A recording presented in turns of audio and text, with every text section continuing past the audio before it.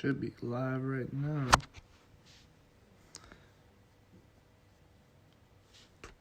There we go.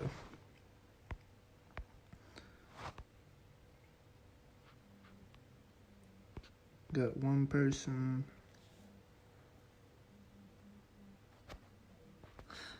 Already.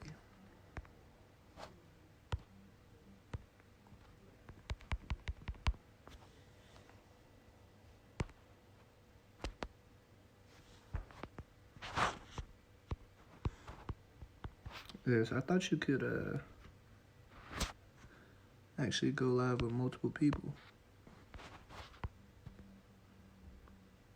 Interesting.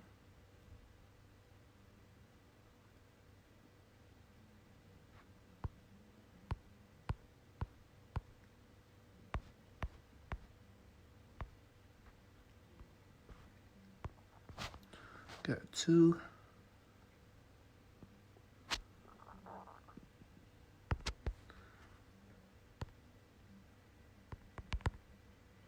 How's it going, Ty? Not bad. Let's wait for a couple more people to get in here, and then we can start up. Got 3 with us right now.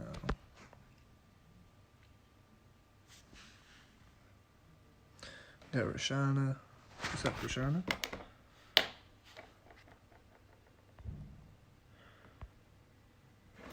Give people another second.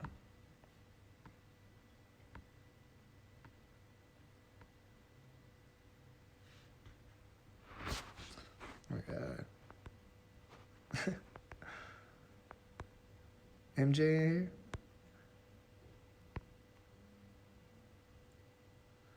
Doing good, bro. Doing good. Just getting back from Cincinnati. Long weekend. How you doing, Rashana?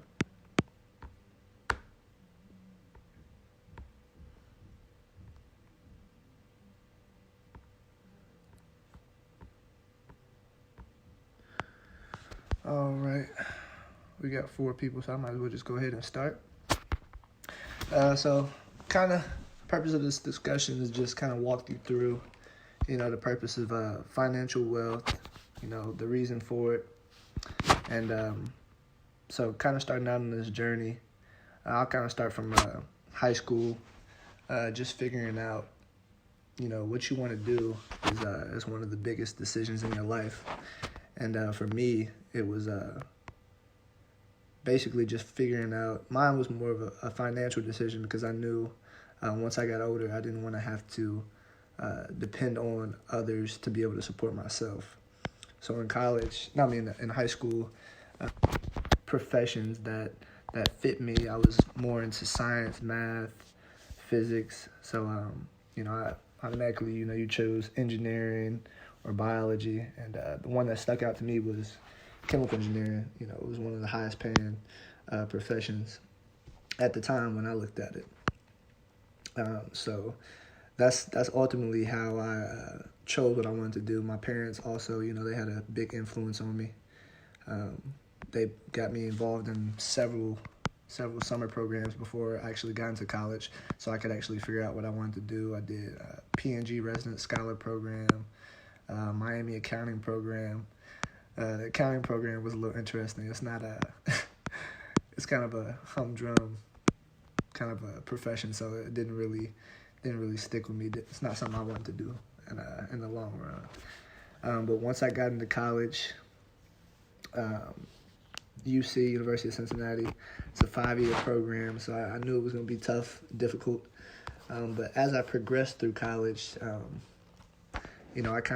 got to see like the major was actually, it was interesting, but it wasn't exactly what I saw myself doing in the future. In the future, I wanted the ability to be able to provide for my family, but also have the choice and opportunity to spend time with my family at the same time.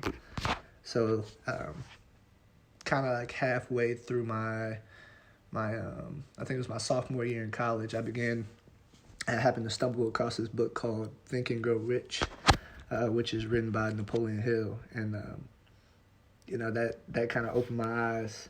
It just kind of gives you a backstory to some of the wealthiest people that came into America, and some of the tactics that they've used in order to create wealth for themselves and also their future generations.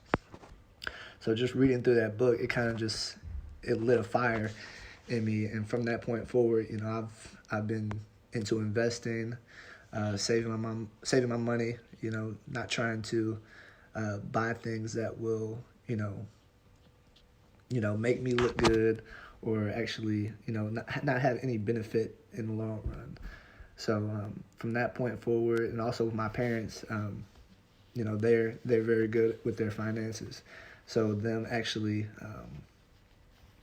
imparting that on me, they got me into investing pretty early. I think after my sophomore year, I had to do co-ops with the engineering program at University of Cincinnati. You have to do co-ops, and I was on scholarship, so most of that money was just it was there for me.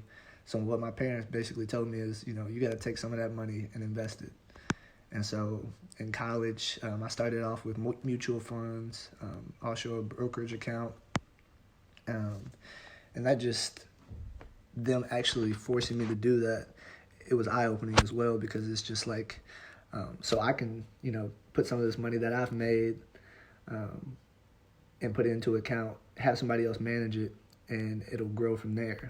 So you're just making money off somebody else managing your money.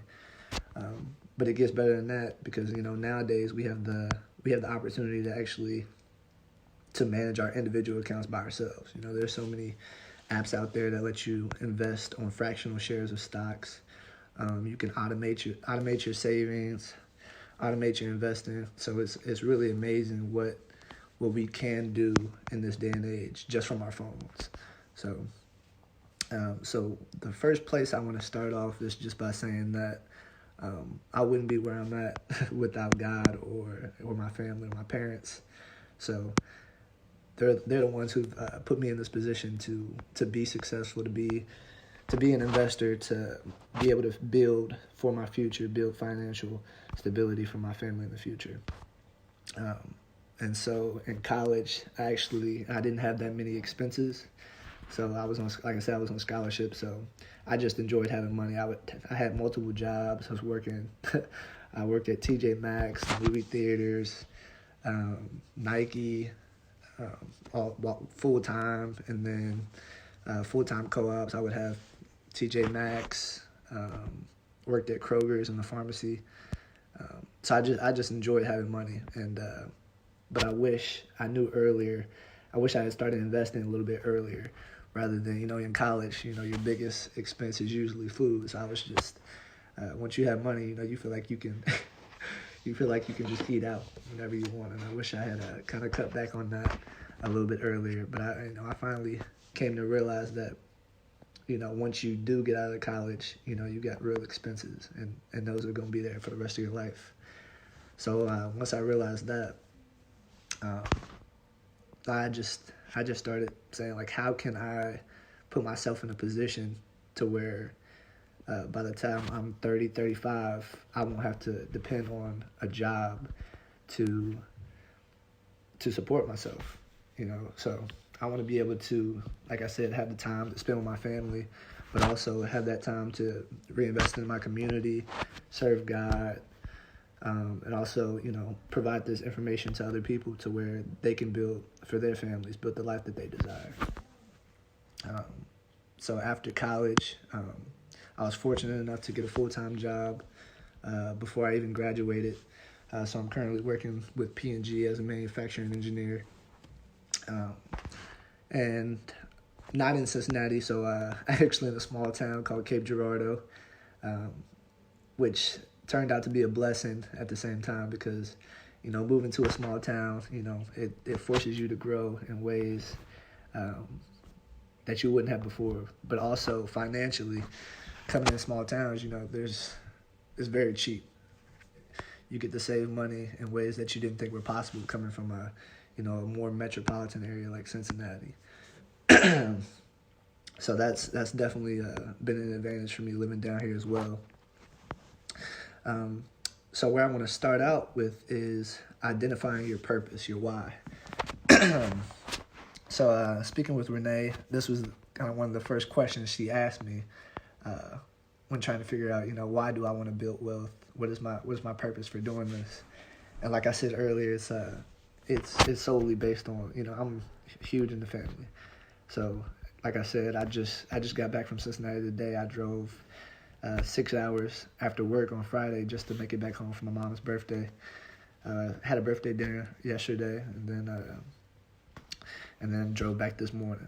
So if I didn't have to work tomorrow, I would have stayed later. But I mean, that's what it's about, is being able to spend time with your family. And when you're working most of the time, you just don't have that opportunity. So I just want to be able to do that, as well as help others build that stability. So identifying that purpose, that why, that's what'll make that vision in your mind, so you'll be able to always have something to look for or look back on and be like, oh, this is why I'm doing it. This is my purpose, and it keeps you focused. It keeps you disciplined. The next thing I wanna talk about is something that I just started doing recently in my financial journey, is just getting control of your cash flow. So the first time that I actually got to play the cash flow game, Renee, Ashley, Terrence, Rashana, and my other boy Terrence, they actually came down to Cape Girardeau to actually play the cash flow game with me for the first time. And me, very expensive town, so what I do once I get my paycheck, I usually pay my expenses first, and then with that, I give a set amount that I know I can live off of.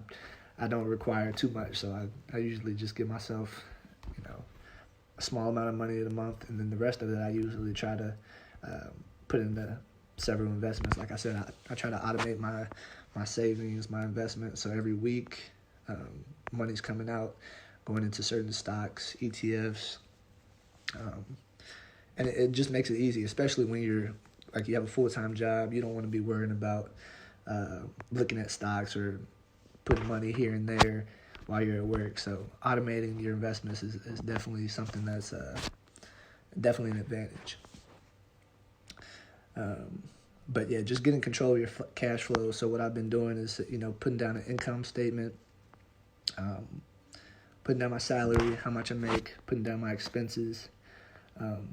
After expenses, then I'm just putting out how much do I need to live on. From there, then I'm putting down my actual investments, how much I know is going to come out that month. And for me right now, like I said, the beauty of living in a small town is you don't have to do too much. I don't really go out. I don't really hang out with a lot of people. So most of my money can go to investments, and the majority, over 50% of my cash flow after expenses is going to investments. So just gaining control of that cash flow and knowing exactly where each dollar goes is definitely huge when trying to build your financial wealth.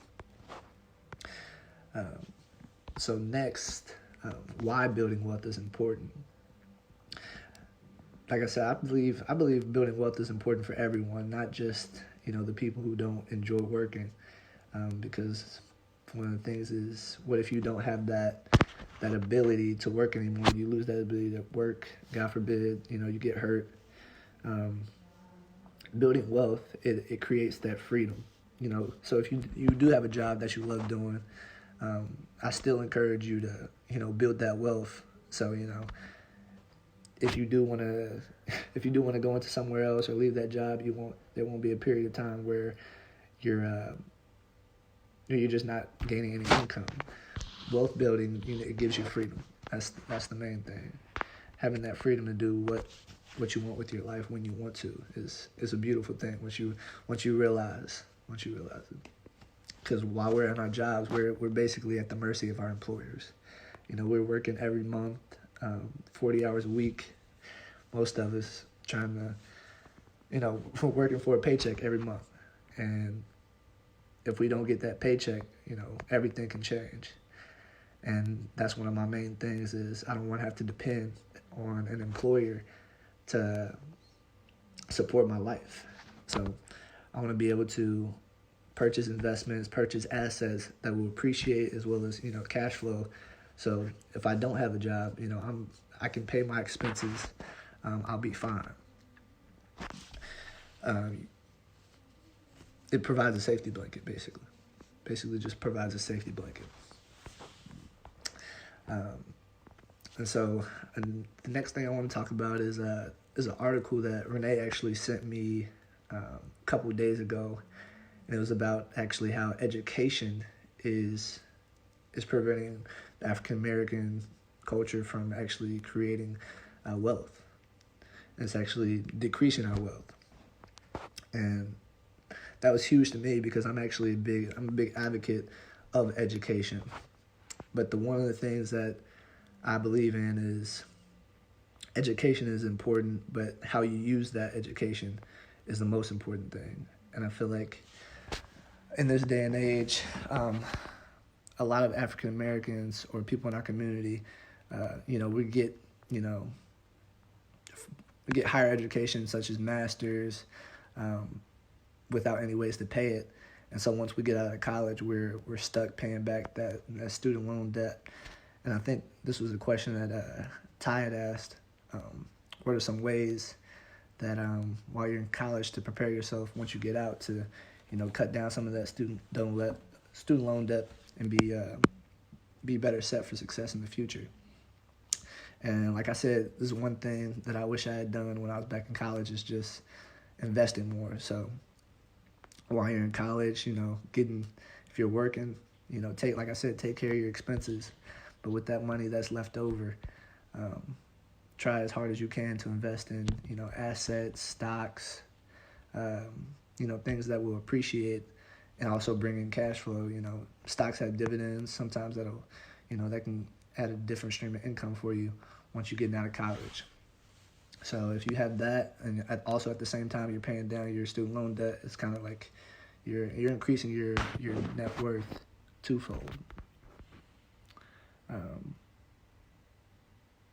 So I just thought it was really interesting how the system that's designed for us to, increase our earning potential is actually preventing us from reaching financial wealth. It's a crazy concept to think of because, when you're young, they tell you, everybody's always telling you, got to go to college, go to college. But I feel like education or financial education is one of the most important things in this lifetime. So if you're not financially literate, you're going to work for somebody who is. Someone who knows how to take care of their finances, who knows how money flows, who knows how money works, and knows how to use money. We're gonna be working for them. That's how it is. That's currently what I'm doing. I'm working for somebody who's more financially literate than me. So that's been my goal this year is just to increase my financial literacy, read, do whatever I can to get to the point to where I don't have to depend on that check. It's an amazing thing once you sit down and start reading some of the ways that people have built wealth. It's not hard, but once you realize what you can do with it, it's amazing. You just have to be extremely disciplined, extremely focused, and it can be hard at times. It's definitely hard for me. That's why I enjoy living away from some of the distractions that I had in Cincinnati. Coming down here, and once I get off work, I devote most of my time to homework. I'm in school right now, like I'm doing a master's, which is funny about the article that she sent me because if my company wasn't paying for the majority of this education, I wouldn't be doing it. It's because I've understood that while education is important, there's no reason to put yourself in excess debt for no reason. because, all this information, all this education is already out there on the internet. You can get it for free. But like I said, that degree, that piece of paper, it does increase the earning potential of you on the job in some of these corporate jobs. And so one of the things everybody's heard is, work smarter, not harder. And that's a powerful phrase. Even still, like, people will work smarter and not harder in their jobs, but when it comes to finances, they don't use that same level of thinking, which is, it's kind of interesting to me. Why not, when approaching your finances, have your money work for you? Let your money make money for you. So instead of, buying, let's say, clothes or cars that, you just want, that you don't actually need, why don't you buy stock, that can increase in value? Buy real estate that can increase in value, that also brings in cash flow. So that's been something that I've been reading on, trying to just become a little bit more financially literate. Just having your money work for you is a huge thing.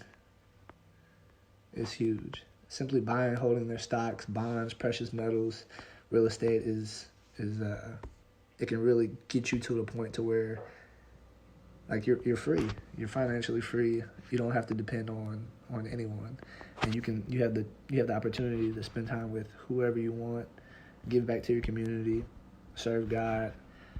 It's really a beautiful thing once you think about it. But you have to have that purpose. You have to have that discipline, that want to succeed, and it's definitely a tough journey. So one of the things that I learned from my dad, he's actually the one who told me to take a lot of finances course when I was in college. But being an engineer, I didn't get the opportunity. I always wanted to, but I never got the opportunity to actually take those financing classes in college. I wish I would have, because it would have set me up for success that much earlier. But something when we were growing up, whenever, my mom or my sister or me would ask for something, his first answer was always, "What do you need that for?" And being young, you don't really get that question. But my answer was always, I want it. But not until I actually got a full-time job and started to having to deal with these expenses on my own, deal with life on my own. You got to ask yourself that question all the time. It's actually a habit for me now. So whenever I'm out, I see something that I'd be like, oh, let me buy that. Before I even pick it up, I'll ask myself, what do I need it for? And if the answer is I just want it, is it not going to actually improve my financial stability or the stance that I'm at right now? Then I don't really need it. Or another way to look at it is, if you came back next week and it was there, would you still buy it, or would you still want it? And just asking those questions, always looking at every financial decision as a business decision. How will this affect me financially? Will it get me to where I want to be financially?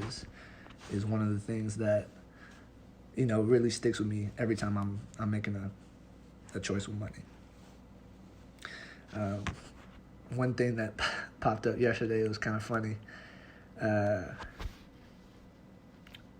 One thing, my friend, he was talking about getting a new car, and I've tried to get him into investing. I've sent him several things on how building wealth is what we need to be doing this early in our career.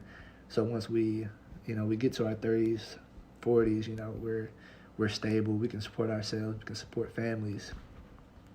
But I mean, he's focused on other things right now. I understand, but he was talking about getting a new car, and so my first question to him was, I was like, "Is something wrong with your car right now? I mean, it's paid off. He's not paying any car notes." And he just his answer was, "No, I just want it." And I was like, "That's a $40,000 car. It's not really, it's not a need currently. You have your car paid off right now. Why would you put yourself into debt or purchase an asset that is going to depreciate as soon as you take it off the lot?" So those are the kind of mindsets or mentalities that sometimes hold back our culture, because we want what we want now, rather than putting ourselves in positions to get what we want later. You just gotta invest, build your foundation, so once it's actually time to buy those things you need, you're always ready financially. That's huge. Changing your mentality can be one of the toughest things that you do in your lifetime, because you've been thinking like this for so long. Like I said, when I was in college, I was using my money how I wanted. First 2 years I wasn't investing. I was going out, partying, having fun with the friends. But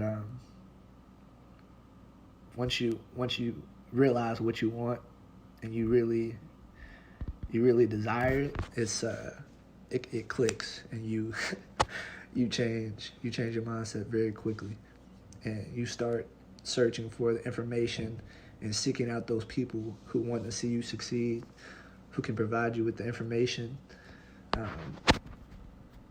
You gotta want it. So I believe that changing your mentality is crucial. Being disciplined, being focused. You can't let the environment dictate how you live. You can't let people around you dictate how you spend your money.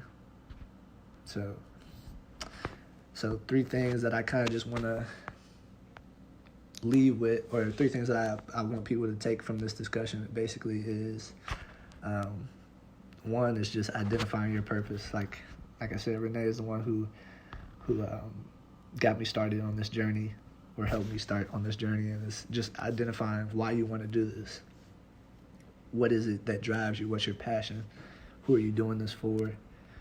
Because that's what's going to keep you on those late nights, times when you put in them extra hours. You're going to be like, this, why am I doing this? And if it's for your family, it's for God, to get yourself to a place that not many people get to. That's what will keep you pushing. That's what will keep you going. Second one is, like I said, just gaining control of your cash flow. Every month, knowing exactly where every one of your dollars is going. And then something that I recently started doing, I try to track my net worth every week.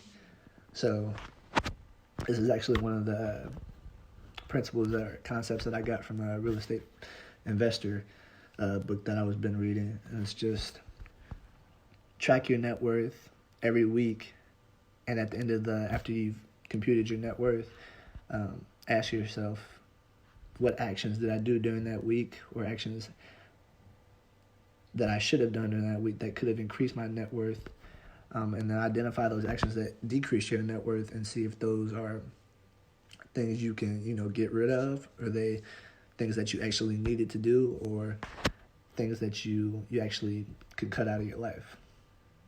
And I feel like that's a powerful tool once you start actually seeing your net worth grow, and seeing the actions that you're using to get your net worth to grow. It'll get you to a place where not many people can get to. Like I said, just knowing where your money's going, knowing how you're going to build it, is huge. And then the third thing is educating yourself financially in your time away from work, and investing and appreciating assets. Like I said, once I get off work, that's my time I'm on the clock for myself. So during the day, I'm on the clock for my job. Once I get home, I'm working for myself. I'm trying to, take in as much information as I can to prepare myself for this financial journey that I want to succeed in. So um, when I get home, it's work doesn't stop. It keeps going until it's time to do it over again. So that's kind of just what I wanted to discuss. I hope some of those questions or topics that I hit on uh, actually stuck with some people and can actually, help you on this wealth building journey. So if anybody's got any additional questions, feel free to put them down in the comments and I'll answer them as best as I can.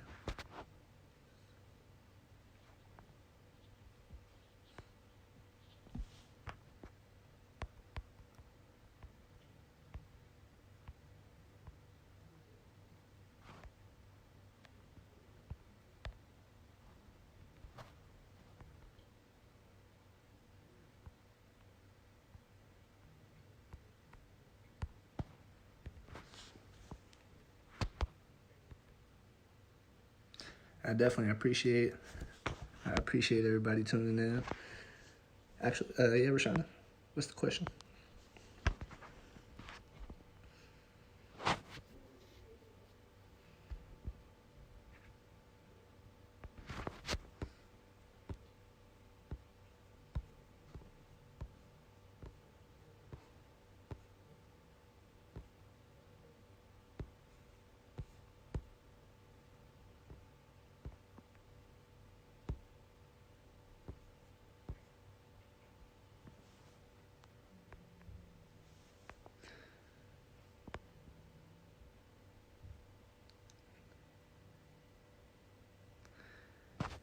What would be my advice on replacing shopping as a coping method to not deplete your savings?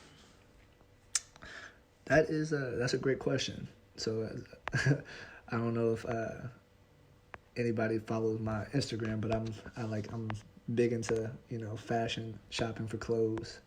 Um, so for me, it's kind of like I said, I set budgets every month, and for me, I have a strict budget for clothes. So once I hit that, I avoid or I put on I mute notifications for all my apps so where I can buy clothes. Um, so I would say a coping method. I would say you might have to find another hobby or something that can take your mind off of it. So instead of shopping, maybe try hitting the gym. Maybe try arts and crafts. Um, it's just you definitely have to, if you know that's your coping method, you have to find something else that interests you. Something like for me, I love basketball. So whenever I get stressed or anything, like I'll go to the basketball court. I could go shopping, hop on my phone, and be like, oh, yeah, let's buy some clothes. But I'll go to the court.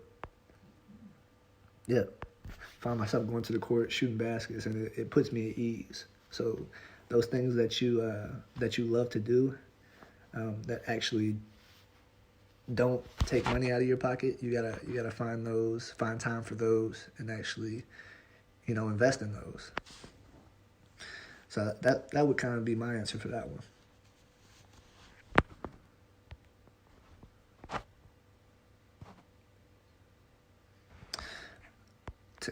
Terrence, when you find yourself temporarily lacking self-discipline to stay on course, are there any strategies you use to get back on track? That is a great question as well. Um, yes, like from time to time, you definitely get distracted.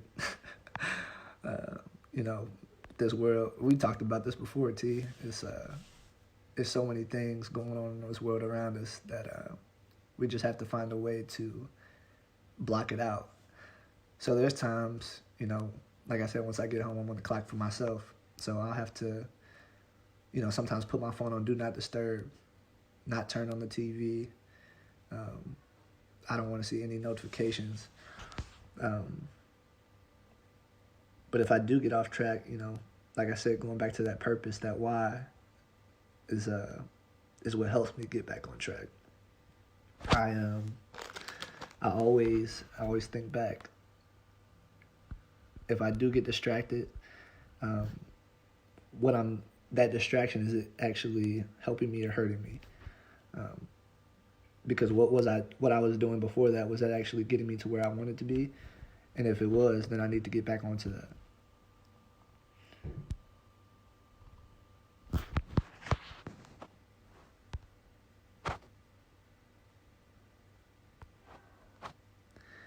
Oh, what do you think is the best way to motivate yourself to put in those overtime hours to invest in yourself when you have a full schedule?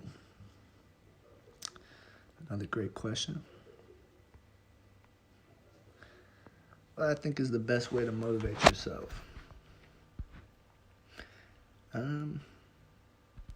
Like mine always goes back to my why. It definitely always goes back to my why. So, like I said, in my schedule on my phone, I put in, the exact moments in the day where I need to be doing X, Y, and Z.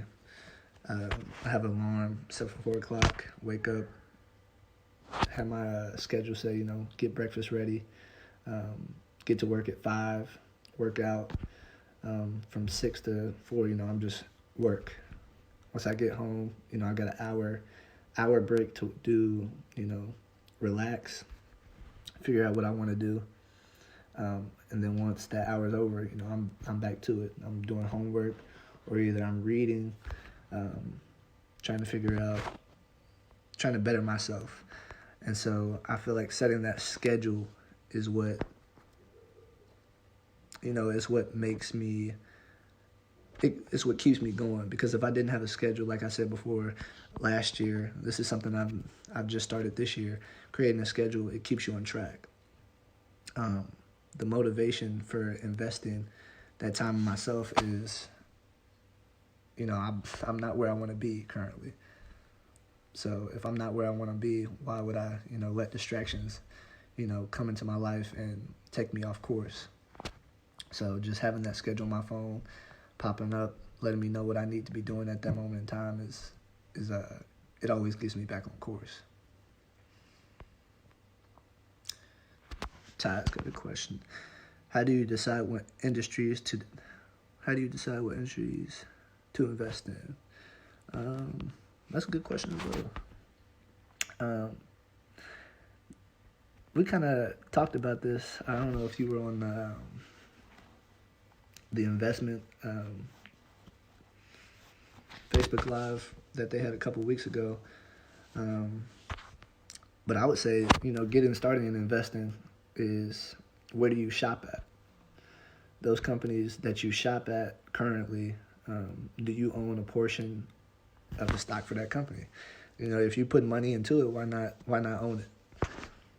So for me, I utilize an app called Stash, which so once I get paid, I'll transfer the money that I have set for myself over to that account, and through that account, I'll make my day-to-day purchases that I need. And the beautiful thing about that app is, when you make a purchase at a company, it'll give you stock back. So any purchase that you make from that card, you're getting stock back from. You can pick the company that you want to get stock back from, or if it's a company that's partnered with them, you'll get stock back from the company that you bought whatever from. So I would say invest in the companies where you shop at. If you're giving them money, you might as well own part of it. That's just from the beginning getting into investing. But if you want to get more technical, investing is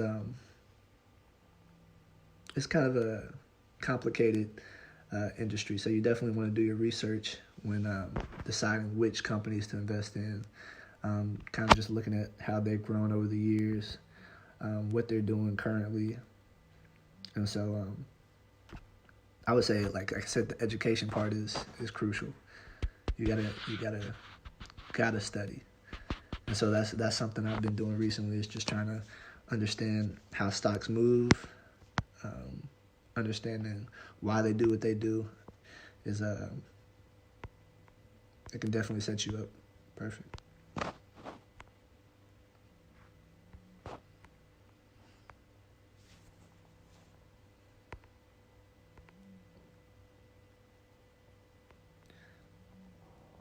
Anybody got any additional questions?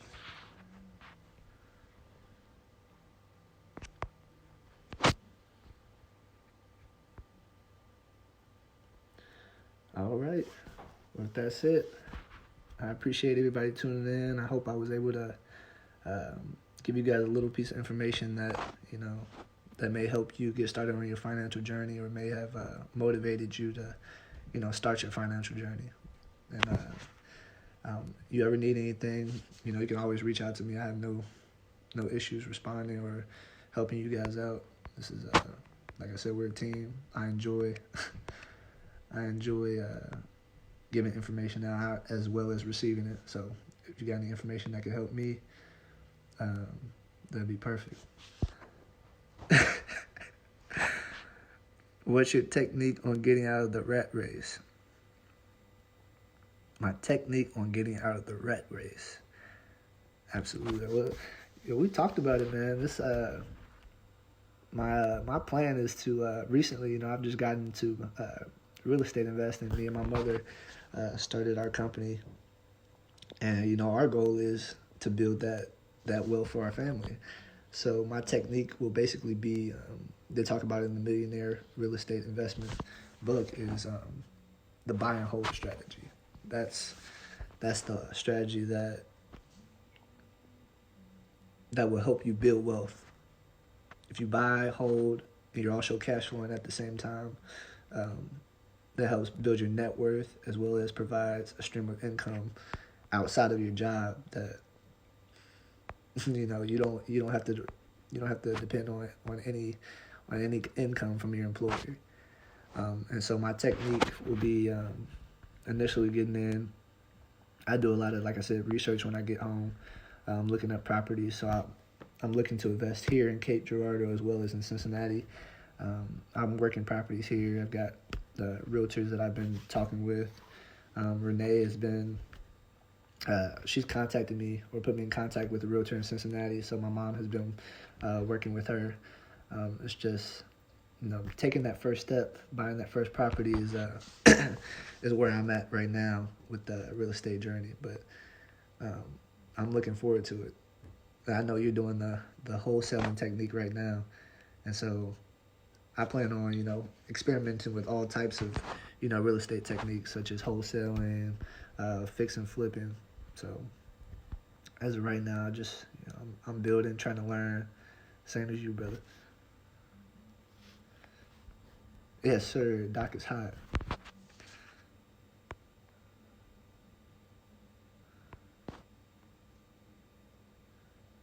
Are there any famous investors that I follow? Absolutely. Well, I mean, the main investor that everybody knows of is Warren Buffett, and so I was just looking at one of his quotes today. It was something about what do you say? It's about how discipline is what separates the successful people from those who aren't. I mean, it's true, because if you don't have that discipline, you'll get sidetracked. Like I said, just everybody gets sidetracked, but you gotta have that discipline to get back on track. As Renee just put down, Robert Kiyosaki, he the 4 quadrants, Rich Dad Poor Dad, he investment. That's one of his staples. I would definitely recommend that book as well. If you've never read it, Ty. But absolutely, Rashawn. I appreciate everybody. I definitely want to do this again. Looking forward to it.